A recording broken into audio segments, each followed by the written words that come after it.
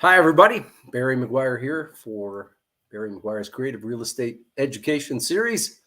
It's the Monday main event, September 19th, and we are exactly 5 days away from the agreement for sale intensive course that is coming up on Saturday, September the 24th. Is that right? 19, 20, 21, 22, 23, 24. Yes.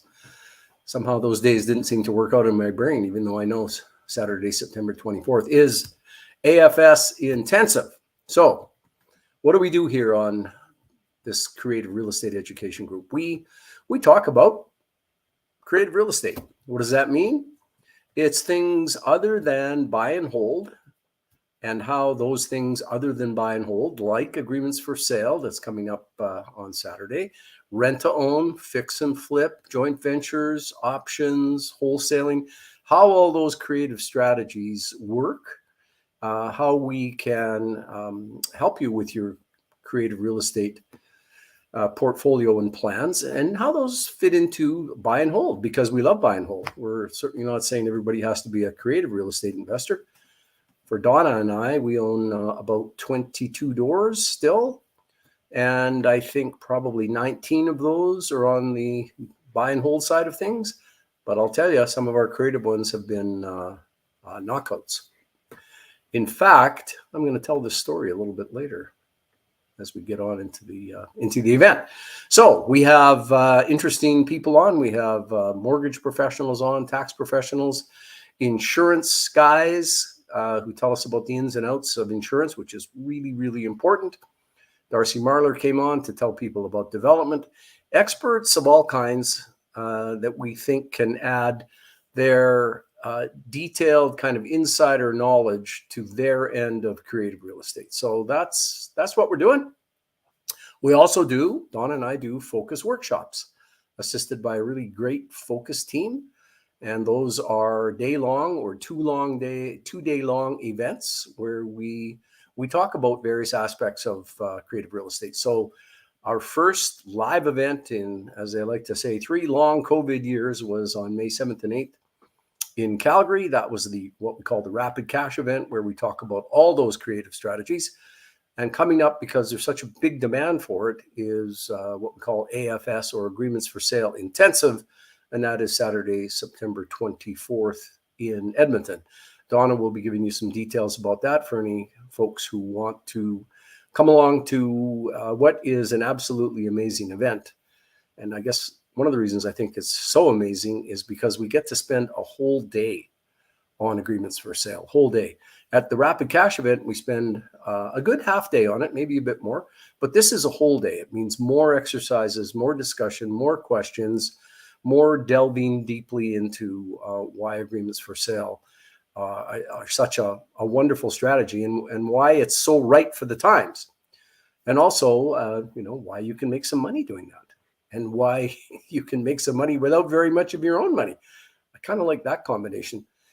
On that note, let's bring in Wayne Hillier, who's running the show here today. He's the StreamYard king, so he's running the show. StreamYard king. That's good. That's good. I'll take it. Have to find a more. I'll wear that crown. Well, you're the only one in this hemisphere wearing a crown. The rest of them are in England for the funeral. So. Oh yeah, bad timing. Bad timing. Oops. Oh, no, that's fine. Lizzie would have laughed at that. She would have liked that. She liked the joke. Yeah. My pal Lizzie.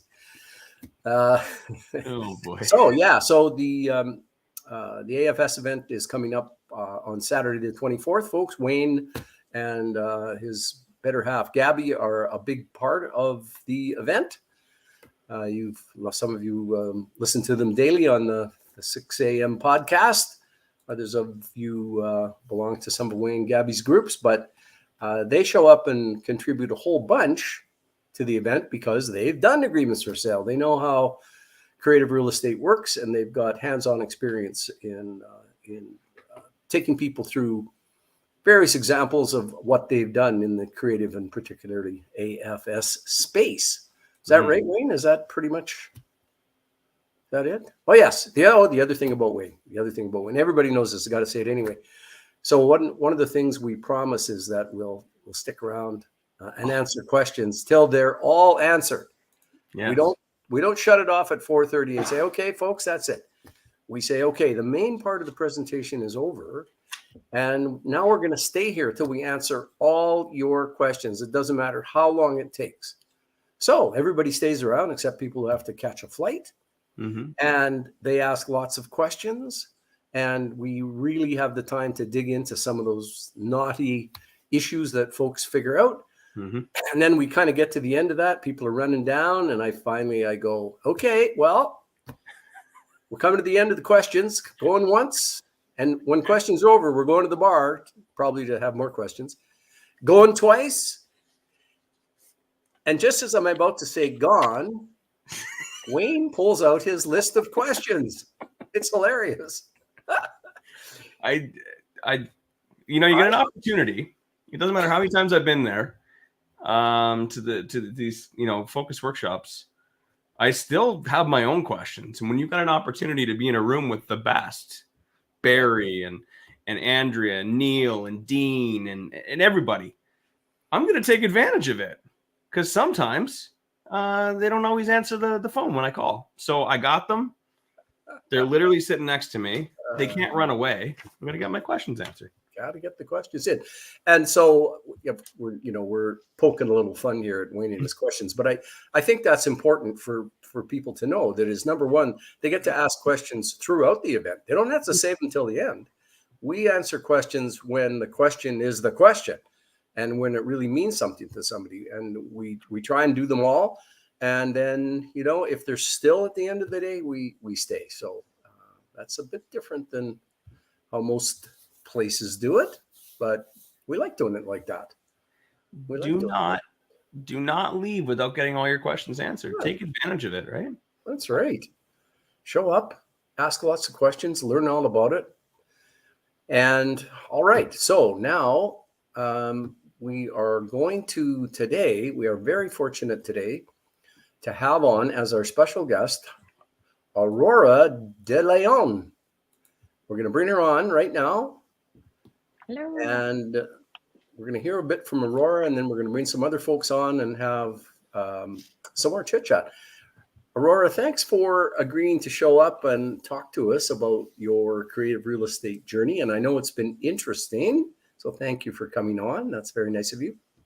Oh, you're very welcome. I'm happy to be here. Can you guys hear me okay? Sorry, I came in a little bit later to do kind of the sound check. Am I coming across okay? I can hear you fine. Looks like Wayne can hear you fine. Okay, perfect. We're good then. Okay, that is good. So now, if I remember, did you take our Rapid Cash course, and was it about 2017, if I recall? Yeah, that's right. I took it actually in Burnaby. So I'm located in Edmonton, and you had offered the course in Burnaby, BC. So took that as an opportunity to take a course, CBC, and learn a lot about AFS and RTO at the time too. Okay. All right. Well, I really like to hear people's backstory. So here you are, and we're going to talk about you and your creative real estate. But give us a little history about who Aurora is. Give us the quick start at the end of high school. What did you do at the end of high school, and jobs, and how did you get introduced to real estate at all, leading up to thinking, maybe I'll take that course in Burnaby. So I want people to hear who you are and what you've been doing and how you got where you are now. All right. Okay. I'll try to keep it as short as possible. So my husband and I were actually from Winnipeg, moved to Edmonton after university. And I actually have a completely non-real estate related background. So my background is I'm a registered nurse, and my husband is in engineering / product management. Actually moved to Edmonton. Our hope was always to move out west, continue going to BC, but settled in Edmonton and just had our, your jobs, full-time jobs for the both of us. And it wasn't until we were in Edmonton, it was around 2015, I believe, 2014. We had a property that we actually couldn't sell. Just we bought it in 2007, 2008 when we moved to Edmonton. Prices were high, so we were accidental landlords. We were forced to become landlords and didn't really know what we were doing. So the one thing we agreed on was that we wanted to get educated and did our own did a lot of research, talked to a few people, and found out about RAIN. And RAIN is a real estate investment network. And we signed up, took the ACRE course a few times, went to monthly meetings, and that's how we discovered Barry and his creative course. So that was around the beginning of 2016. I knew then that I wanted to get a really good solid grasp of the foundation of real estate, which was a lot of buy and hold strategies. And so we bought a few more buy and hold straight up turnkey properties. And in 2017, decided to, push the limits and take some more creative strategies. So 2017 took the course, but it wasn't actually until 2020 that I did my first damn deal. And, of all the times, it was during, in the middle of a pandemic was I guess, if you want to say prime opportunity, but it was the right timing for me to use that strategy at that time. Well, that's that's good background. So there you are. You and your husband are both professionals. You've got good jobs, I would say. I mean, you've got good jobs, but if you want to get ahead, you have to have, for most people, even if you're a professional, you have to have more than your job money, or you can't really get to do the things that you want to do. So the Real Estate Investment Network, the RAIN group, is a real good start. Lots of people got started there. They are a great group. And I was lucky enough to be able to speak there for many years. Now, it's interesting that you took the course in 2017 and you did, as we like to say, your first damn deal. Folks, anybody who's listening, it's one of the things we teach is we say that, you got to do one damn deal. And we say that because we know that if you do one damn deal, then the next deal is so much easier to do. And you'll do more if you do one, but you got to do one. But for most people doing that first deal, even after taking a great course, like Don and I put on and that Aurora took in Burnaby, it still takes time. That's when you just learn about how creative real estate works.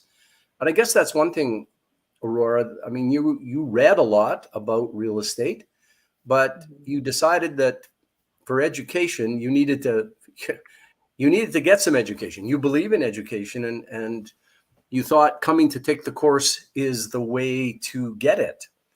And, why did you decide that, do you think, rather than just say, well, I can read more books and I can study on my own and I can, what made you think you should take the course, do you think?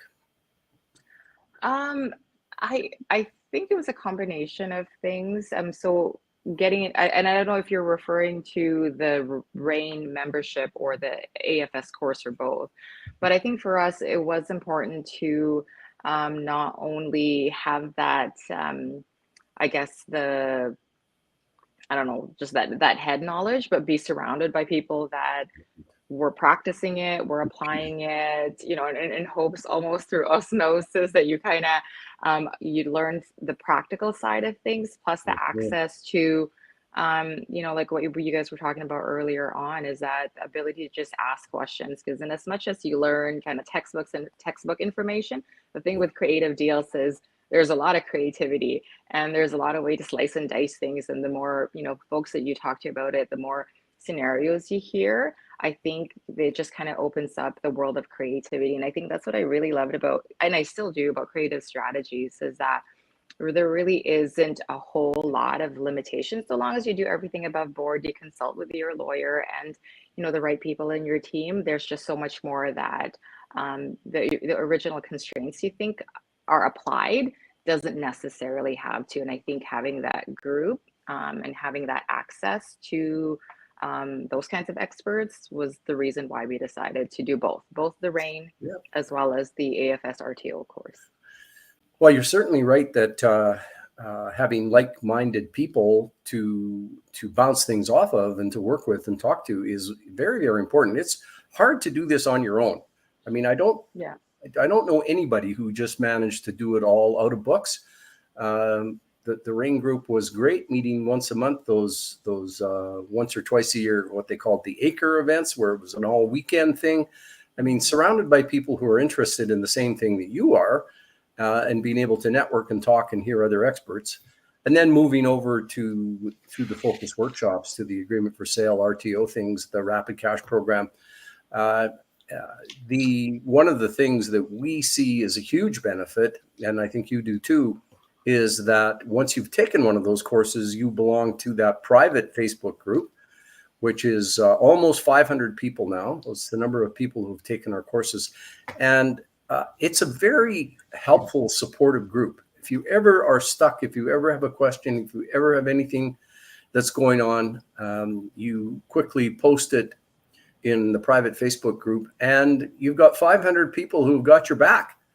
And I used to think, private Facebook group, boy, that's going to make me really busy. I'm going to have to spend all my time answering questions. I mean, I do the course and we give people manuals, and then Don, this was the idea that my wife and producer Donna had, and I was a little bit skeptical about it because I figured it was going to be all on my shoulders.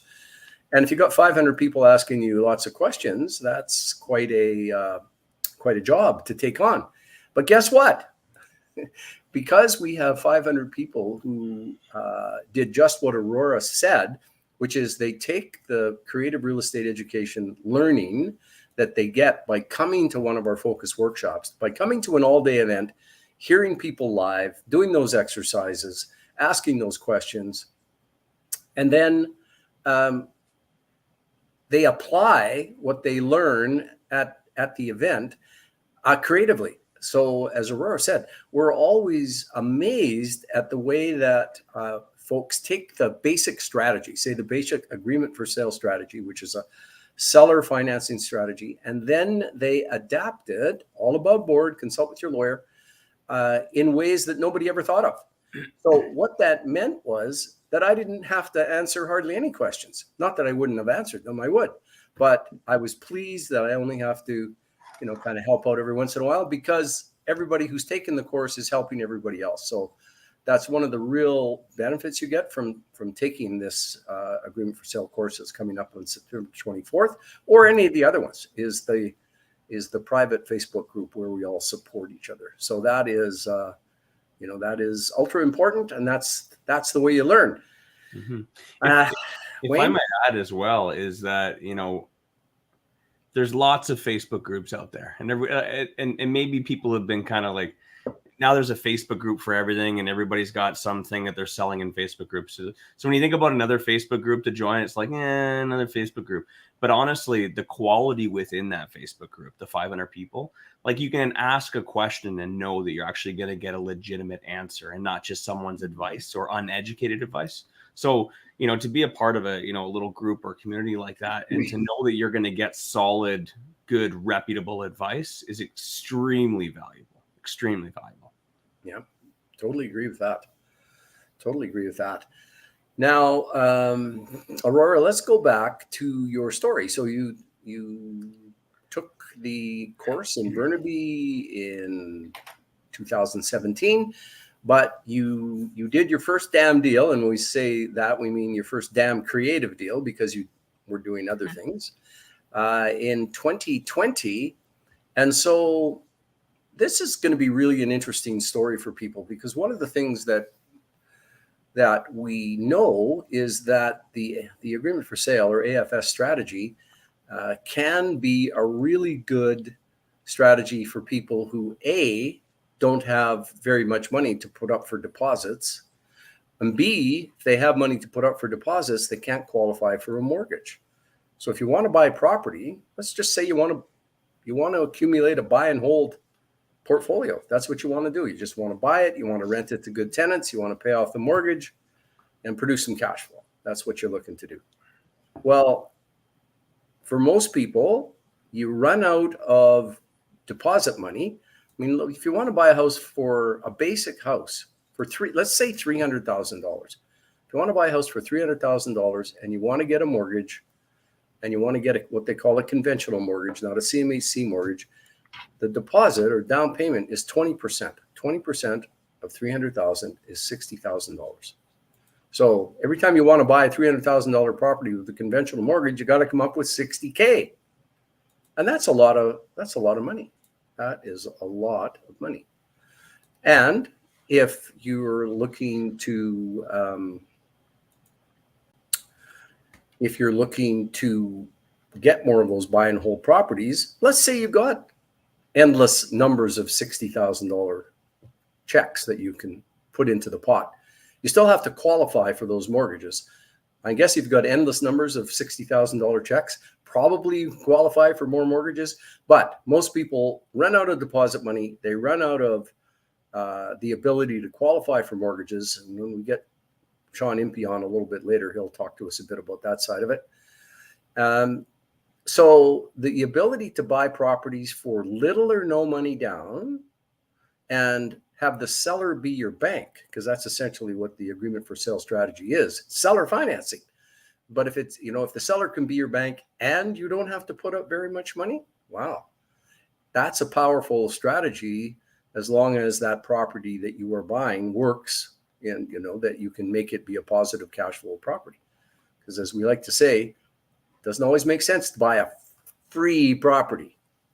So having said that, let's get Aurora to tell us about her transaction and whether it was a low money, no money down deal. Let's start from how you found this property, Aurora, because people like to always go, where are these deals? You got to be able to find deals. So tell us about maybe what you were doing for marketing or how you were looking, and then through the rest of the story. And we'll ask some questions and hear this wonderful, wonderful story. Yeah, for sure. So at the time, I was just actually posting through Facebook Marketplace. So there's different groups as well as Kijiji, just ads saying, looking to buy a house. Sometimes I put the criteria of the particular type of house I would be looking for in particular neighborhood. Sometimes it was just a very generic, looking to buy a house privately, directly from seller, DM for more information. It was just nothing extraordinary. Nope. I, for this particular AFS purchase, I had somebody respond to one of my marketplace ads and actually tagged a friend. And that friend turned out to be the seller, who DM'd me saying, hey, I've got a property for sale. Are you interested? Could give you more information. And then when I saw the person's response, it was actually someone that I'd say sort of an associate at work, but I work at a really large organization. So it wasn't somebody that I work with very closely, but someone that I had kind of crossed paths once or twice before. So replied back and I said, oh, hey, so-and-so, not sure if you recall who I am, but yeah, I'd love to know a little bit more about your property. Let's set up a call. So he actually responded fairly quickly, remembered who I was, and had the conversation over the phone. We carried it over the following day.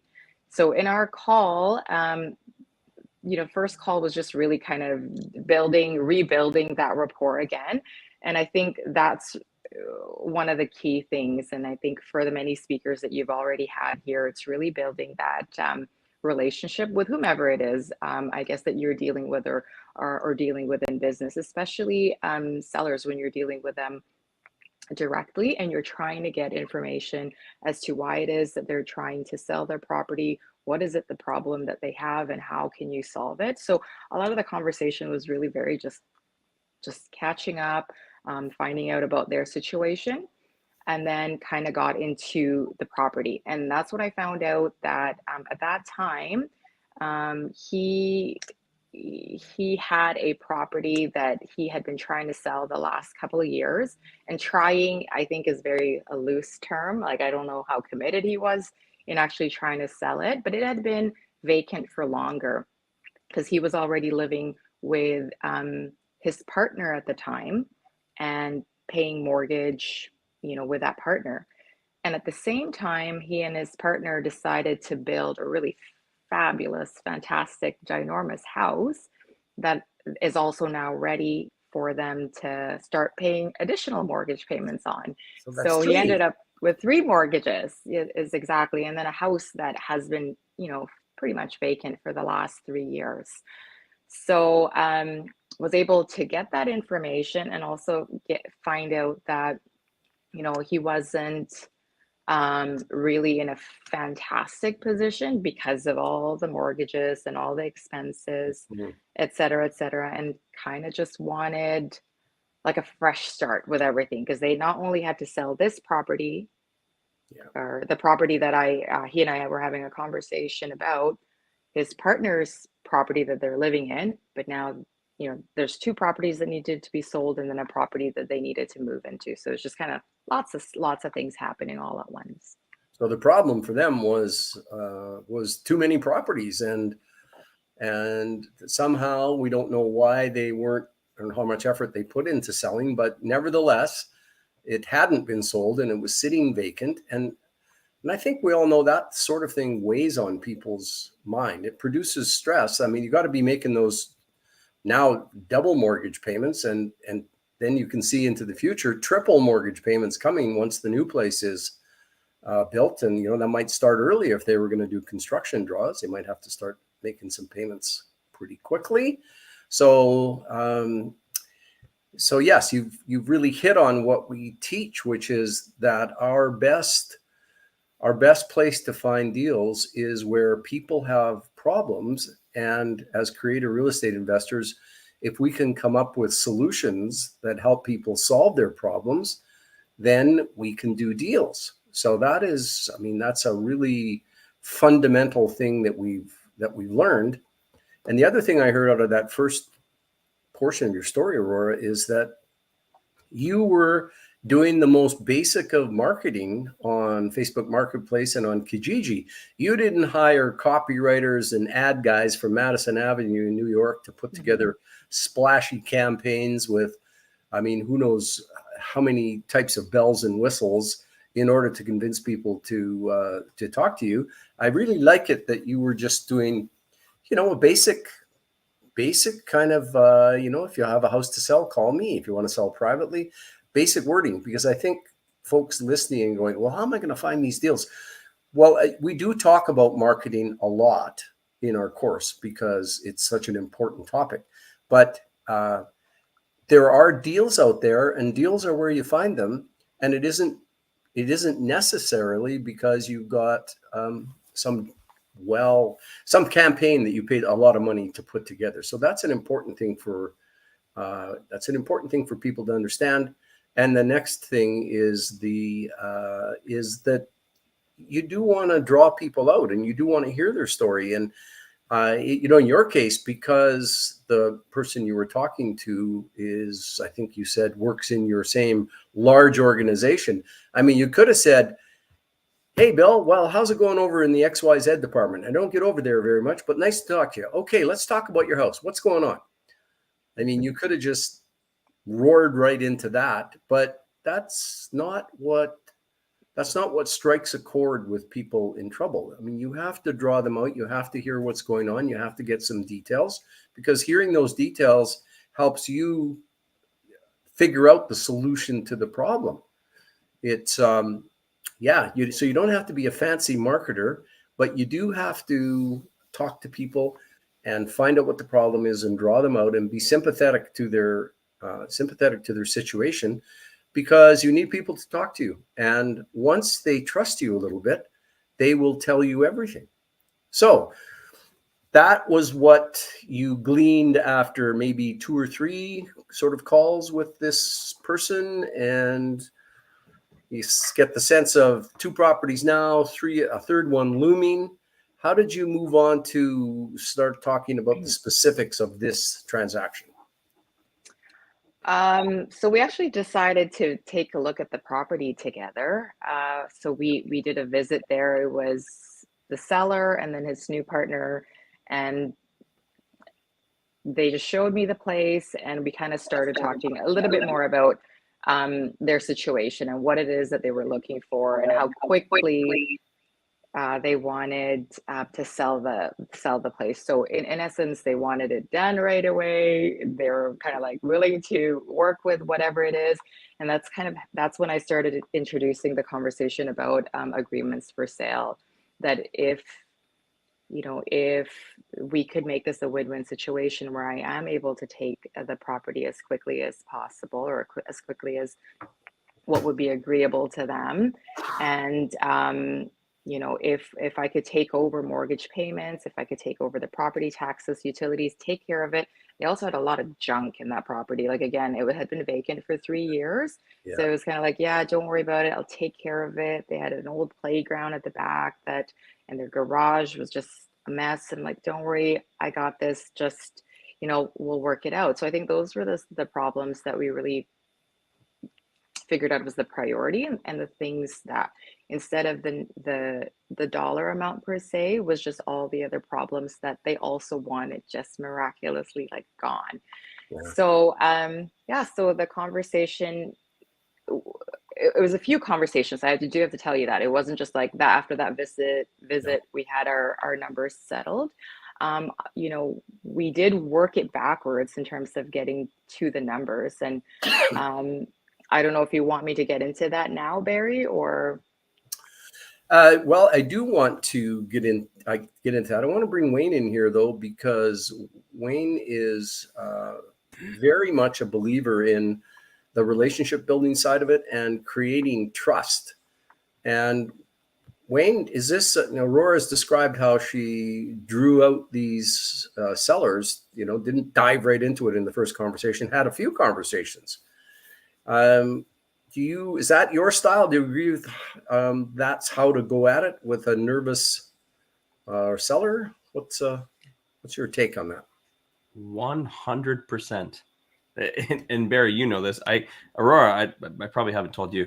I talk about this story all the time. I absolutely love this deal because just the way that you approached it perfectly, and not in a manipulative way. You did it in a genuine way that you just wanted to help this person. And the way that you were able to put this deal together, and she hasn't even scratched the surface on it yet. You guys are going to get all these details very shortly. To be able to get those terms that benefit you and benefit them at the same time. Like, if you just explain this very briefly to someone, they'd be like, how in the heck did you get this done? And it was all built off of like what Barry just said. You didn't go in there real quick and be like, here's my 3 offers, take it or leave it. You were very, you're very respectful. You want to have a few conversations. You wanted to kind of give them a little bit of information, see how it worked with them, see how it was, you know what I mean? You eased into it. And I think that's the way to do it. I think you need to spend a lot of time building trust in the beginning, because there's a lot of complicated elements that you start getting into a little bit later on in the conversation. And if you haven't established that trust and built that foundation, they're just going to automatically be like, no, I'm not interested in any of that stuff. Yeah. So I think you did an amazing job. Perfect job. The confused mind says no. So yeah, people want their problem solved, and they want to trust the people or the person who says they have the solution to the problem. And you build trust over a few conversations, a few meetings, as you describe who you are. The person on the other side of the table can assess generally pretty well how genuine you are. And if you are truly genuine, and if you are truly looking to help, and if you are truly wanting the situation to be a win-win, that comes out. If that's who you are, it comes across that way to the other person. But you just can't dump it on them all in the first conversation, because nobody can absorb all of that. They have no idea what you're talking about. It doesn't seem familiar. The confused mind says no. And so you build trust and rapport over a certain amount of time. There's no magic amount of time. You build it till it's built. And then you can move forward with starting to, get down to the nitty gritty and flesh out the details. And in Aurora's case here, there wasn't anything that was a problem for them that she wasn't taking care of. Firstly, there's a house, and going to take over the mortgage payment, taxes, insurance, all the maintenance. And then there's the yard, and then there's the garage. These folks obviously didn't want to do that. I mean, they're looking to plan for their beautiful new home, plus take care of the one they already lived in. And this one that's Aurora's house is just, man, it's not on their radar anymore. So Aurora, now let's just say that you've built enough trust to start talking about the numbers and how it fit together. Tell us about that part, because you're doing some diligence, you're finding out things. So let's hear about that part of it. Right. So about the numbers, we found out that they had, and I wrote it down because it was a couple of years ago, and I just want to make sure I'm saying the right number still. So at the time, so we found out that the mortgage owing was around 343,000 and change, and the property assessed values at the time for that type of property was right around that range. Actually, it was around 340. And remember, this was June, July 2020. So COVID just started. I think a lot of confusion still, just a lot of like disorderliness everywhere, and people weren't really buying or not really sure what was going to happen the next few months. So that was what kind of where our starting off point was, whatever the amount that was owing on the property. And we just worked our numbers backwards. So we said, okay, so if you were to actually list this property right now, this is how much you would be paying your realtor. You'd be looking at, and these are just standard fees, you'd be looking at about $15,000 with taxes. You know, you've had this property sit vacant for 2 years, as you were explaining to me, with attempts to sell it with a realtor or, you know, other private sales and other means. It hasn't been successful. So typically it's a 3 to 4 month, you know, wait from the time you list a property to the time the new owners take possession. With COVID, you would likely be looking at longer. So we kind of factor those numbers in. What would he be paying for carrying costs with mortgage, property taxes, utilities, etc. And then he had also just renewed his mortgage at the time, and in July. So we were also looking at, you know, payout penalty fees. In addition to that, there were, because it hadn't been lived in for quite some time, there were issues with the roof, you know, just deferred maintenance that he'd have to, you know, take care of before listing in order for it to be presentable to get at least a decent price. So that's kind of how we worked it. And again, it was comfortable enough, or we at least had a comfortable enough relationship for me to be just really factual and presented in a way that wasn't, you know, insulting and saying, oh, your property is, you know, not really the value you think it is. But we just factually and rationally talked about it. And these were not numbers that I was just pulling out of the air. Like, this is what you're going to pay your realtor. This is what you're going to be carrying and how much it's going to cost you. And you've lived it for the last 2 years already. So anyway, so that's kind of how we ended up with our math, and actually came to a purchase price of $315,900. So we went from 343 and change to let's just say $316,000 after we did that. And that's the offer that, well, I didn't just come up with an offer. We discussed the numbers. So we did the math together. And yeah, so I'll stop right there. So that's what we ended up with. So I was buying the property for much less than what is owing in the banks on the mortgage. So for anybody listening, I'm pretty sure most folks listening understand that if you buy a property, you have to pay the seller some money, generally speaking. Maybe you don't have to pay them very much money, but usually you got to pay the seller something. And in this case, doing the math together, which is really a good way to do it, because it's just numbers, isn't it, Aurora? The numbers don't lie. You know, the realtor's commission is just a mathematical calculation. The payout penalty on the mortgage, you look at the mortgage, it's another mathematical calculation. What the costs of carrying the property are, you just add up numbers. It's all numbers. And so if you go through that exercise together with people, it just inexorably leads to the conclusion that the price of the property has to be a certain number. And in this case, when you factor in all those other numbers on a mortgage of $343,000, maybe the value is about the same, all you could pay was $316,000. So to my math impaired brain, if you're taking over a mortgage that's about 343,000, and you only want to pay the seller 316,000, that puts you in the hole. So I don't think this sounds like a very good deal, or I don't think you should have done this deal. Yeah, that's right. Like that's probably most people's reactions. Like, what the heck are you doing? Sorry, guys. I know it's dark here. I'm at a different location, so I'm trying to figure out the lighting situation. But just to go back to your question there, Barry. So what we decided to do was, instead of them agreeing to, or me agreeing to just purchase it below the mortgage owing, we would actually work out a payment plan. Because inevitably, if he really wanted to get rid of that property, he would have to pay someone that amount anyway, that difference. So whether it was his realtor, whether it was the bank, it didn't matter. He'd have to pay them, and it would be a immediate payment.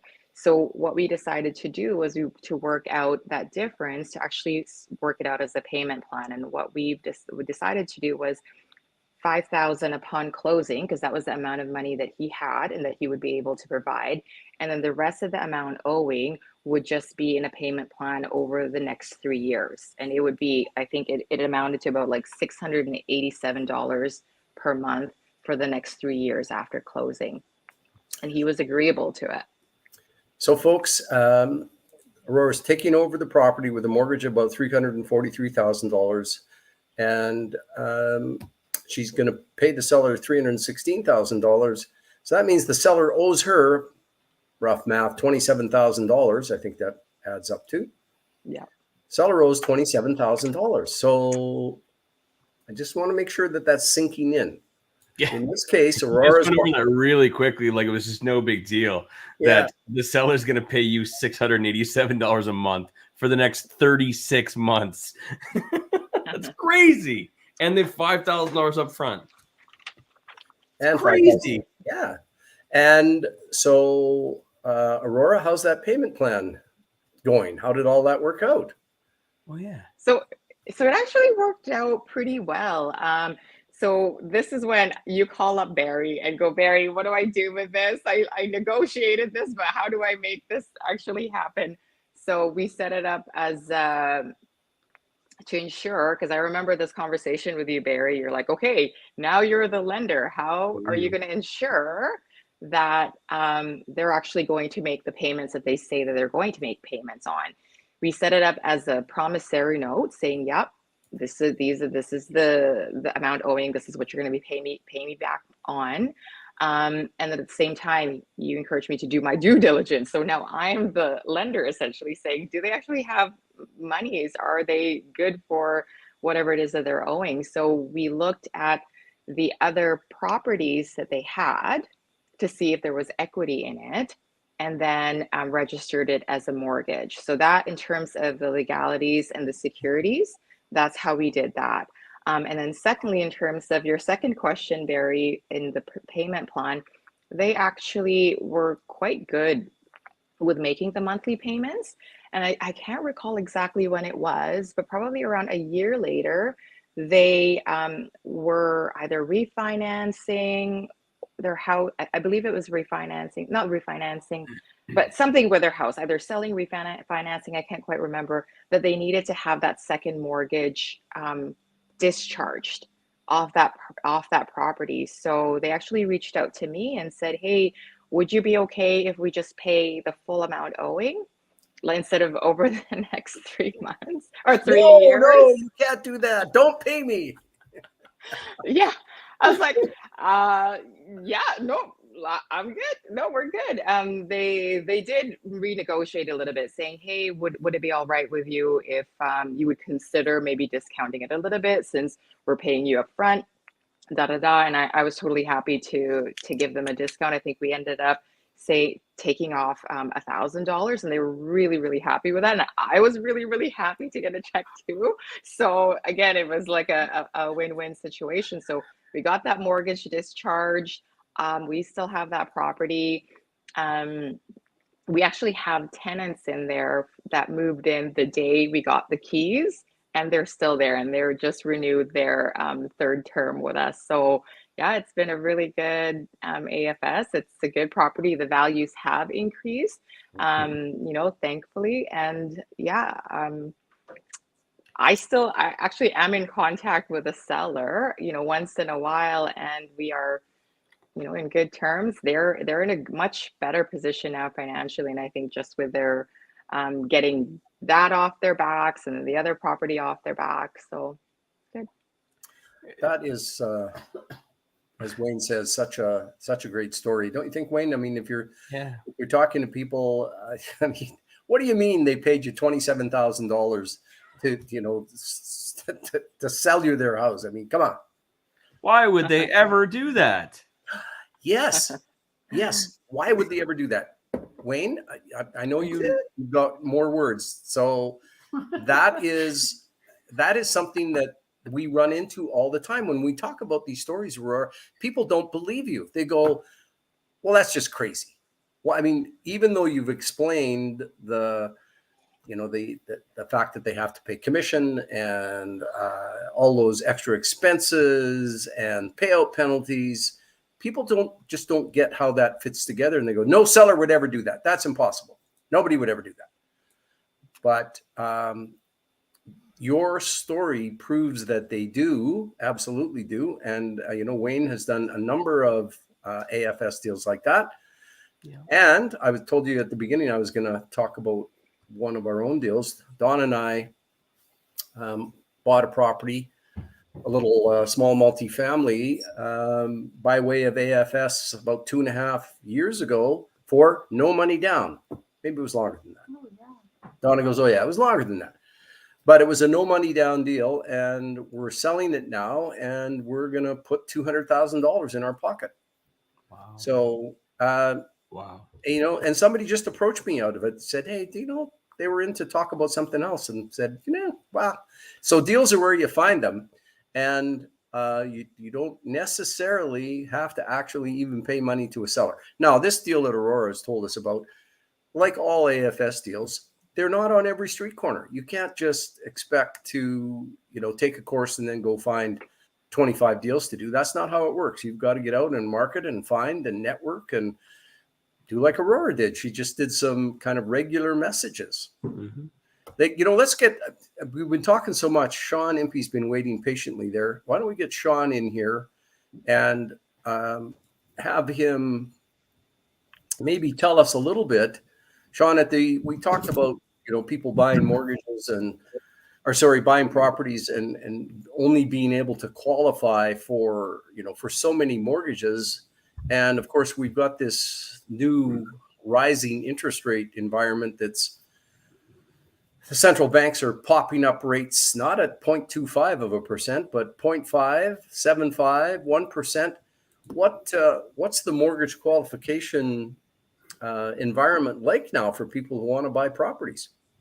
Well, the stress test rate they haven't changed that 5.25%, but the caveat is it's stress test or contract rate plus 2%. So nothing out there is going to get you qualified at 5.25%. So the best variables out there for insured mortgages about prime -1. So talking 445 off the prime of 545. So add 2% back, you got to qualify at 6.45%. So wow, every increase in prime of 1% knocks about 9% off your qualification amount. So it's gone up 3% since early in the spring. So multiply that by 9%, you got 27%, 25 to 27% of your qualification. So if you thought you were going to buy a house for $400,000 and prior to all these raises, you could qualify for $400,000, a $320,000 mortgage. Let's talk mortgages. You could get a $400,000 mortgage in the spring, and now you can get a $300,000 mortgage. Yeah. So that the price of the property depends on your down payment, of course. Mm-hmm. So that Mhm. is that means people can buy a lot less house, it also I think means that some people, despite stress tests, are going to be having trouble with making payments. Do you, as a mortgage broker, do you see or have a pipeline into the default rate or the difficulty rate that people are having with their mortgages now that rates are up on the variables, especially? Haven't seen. I mean, it's been all recent here. July was a big bump, and September was a big bump. So people are just starting to see the increased rates on their, if they have an adjustable mortgage. And just to enlighten people here, there's two types of mortgages where the rates change with the Bank of Canada. One's called adjustable, and a lot of the monoline lenders like MCAP or First National and Scotia is one that they change the payment every time the rate changes. So if it goes up a quarter point, you pay an extra 12 or 13 bucks per 100,000. So a $400,000 mortgage, you might have an extra $50 in payments. So that's for a quarter point. Now it's gone up. It's gone up 3%. So we just got our notice in the mail and saw the change, and we're like, "Whoo, that's a big change." Thank God we got cash flow. Yeah, so that's a $600 hit on a $400,000 mortgage. So it's a big increase. So that's adjustable.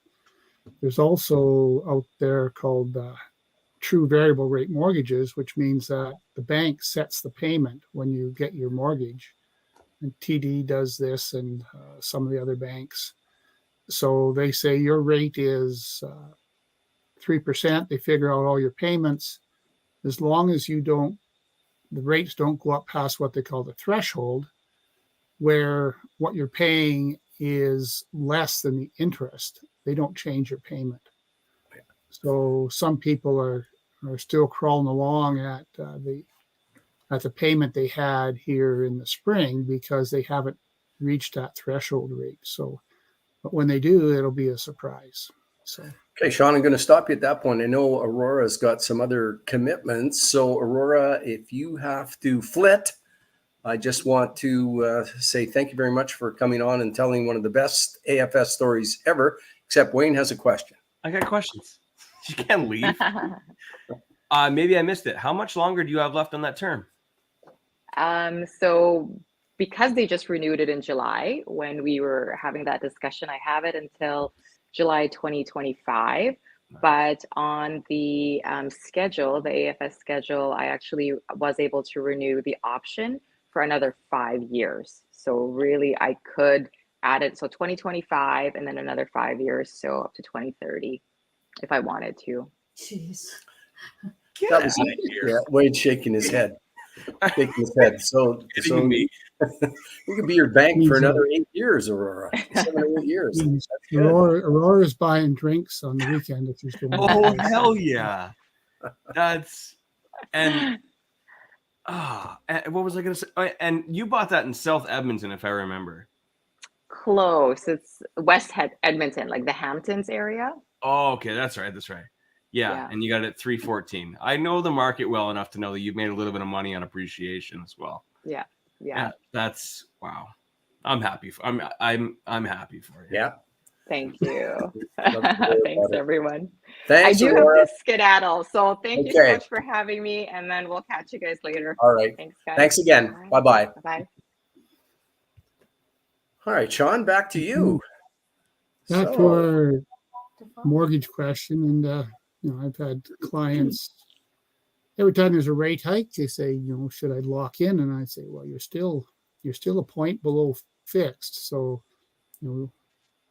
in hindsight, the ones who asked probably in March or April when it went up the first quarter or half a point total, and that would have been a good time maybe to lock in at 3, a little over 3%, whatever fix was at that time. So no one and their dog could predict it was going to go up as much as it did. All the pundits, the Bank of Canada said rates are going to stay low into 2023, and here we are, fall of 2022, and they've basically bent us over the table, so to speak.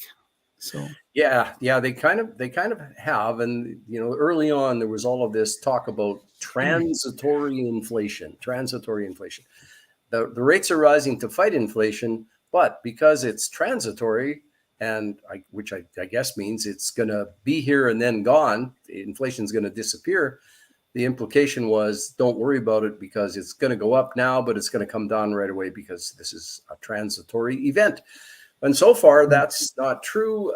There's economists still on both sides of the question, but for our situation, on the creative real estate side of things, and particularly on the agreement for sale side of things, I personally think this is going to be fertile ground in many parts of the country over the next while. If the inflation hawks are right, that inflation is going to continue, and we're going to continue to get these raises, well, I think there's going to be a lot of folks who can't afford their houses, and which will be a big problem for them. And so folks who know how to do an AFS may find opportunities to help people solve just because of these rising rates.